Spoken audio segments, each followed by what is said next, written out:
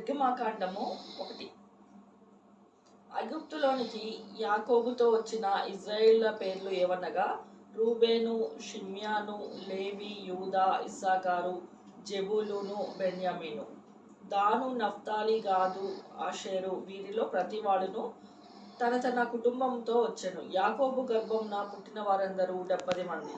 అప్పటికి యోసేపు ఐగుప్తులో ఉండెను. యోసేపును అతని అన్నదమ్ములందరూ ఆ తరము వారందరూ చనిపోయిరి. ఇజ్రాయేలు బహు సంతానము కలవారై అభివృద్ధి పొంది విస్తరించి అత్యధికంగా ప్రబలిరి. వారున్న ప్రదేశము వారితో నిండి ఉండెను. అప్పుడు యోసేపు ఎరుగని కొత్త రాజు ఐగుప్తును ఏలనారంభించెను.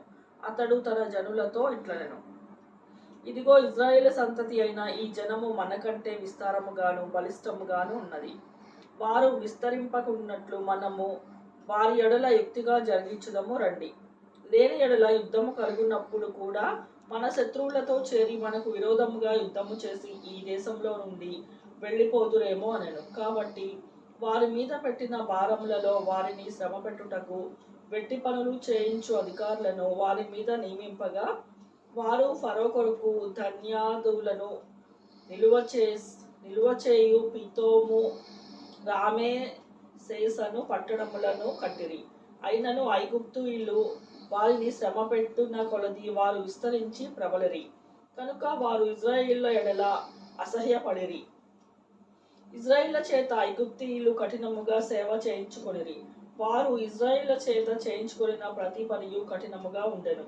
వారు జిగటమంటి పనిలో, ఇటుకలు పనిలోను, పొలములో చేయు ప్రతి పనిలోను కఠిన సేవ చేయించి వారి ప్రాణములను విసికించిరి.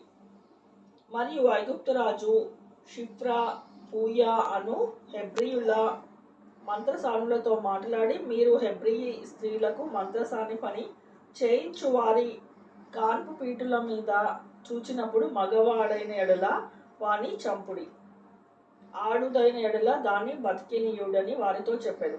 అయితే ఆ మంత్రసానులు దేవునికి భయపడి ఐగుప్తు రాజు తనకు ఆజ్ఞాపించినట్లు చేయక మగపిల్లలను బతకనీయగా, ఐగుప్తు రాజు ఆ మంత్రసానులను పిలిపించి, మీరెందుకు మగపిల్లలను బతకనిచ్చితిరి?